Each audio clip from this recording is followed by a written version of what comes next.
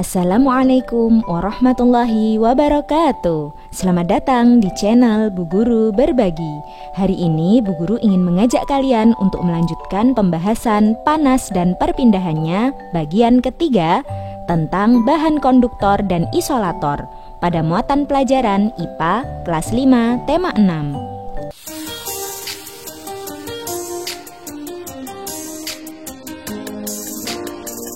Perlu kita tahu bahwa bahan penghantar panas dibedakan menjadi 3, yaitu konduktor, semikonduktor, dan isolator.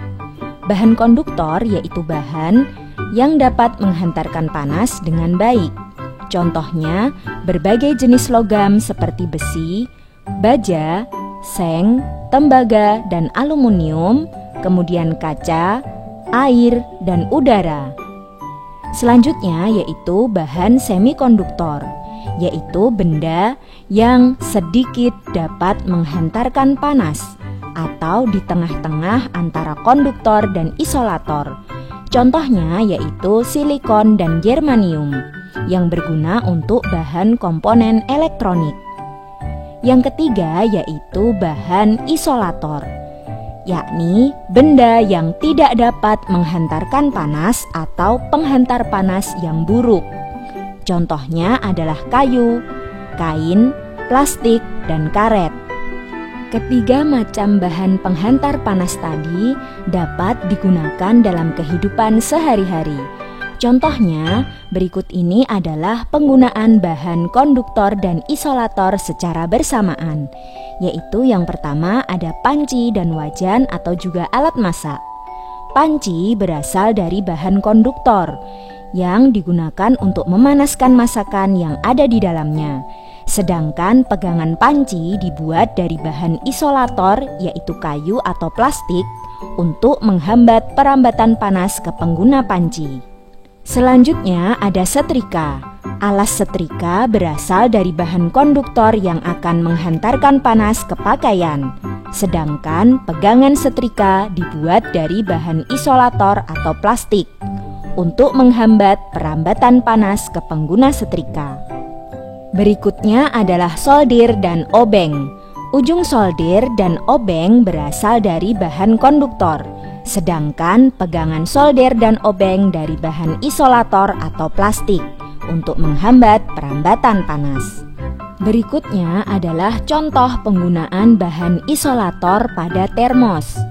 Seperti yang kita tahu, termos berfungsi untuk menyimpan air panas. Termos dibuat pertama kali oleh James Dewar, ilmuwan Inggris pada tahun 1902.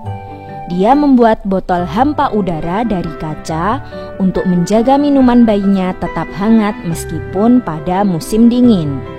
Berikut ini adalah bagian-bagian termos yang harus kita tahu mengapa termos dapat menjaga panas yang ada di dalamnya. Yang pertama adalah dinding bagian dalam termos terbuat dari kaca yang dilapisi dengan perak. Lapisan perak ini digunakan untuk mencegah perpindahan panas secara radiasi. Selanjutnya ada ruang hampa udara atau vakum yang terletak di antara dinding luar dan dinding dalam termos untuk mencegah perpindahan panas secara konduksi dan konveksi.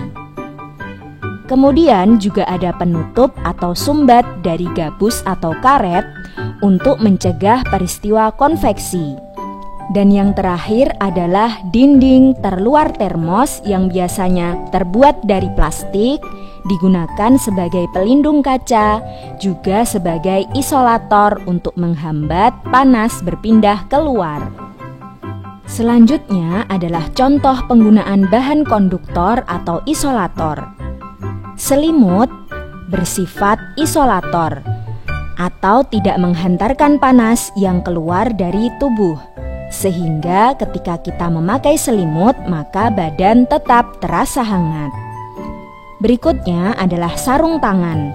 Sarung tangan bersifat isolator atau tidak menghantarkan panas dari alat masak di atas kompor.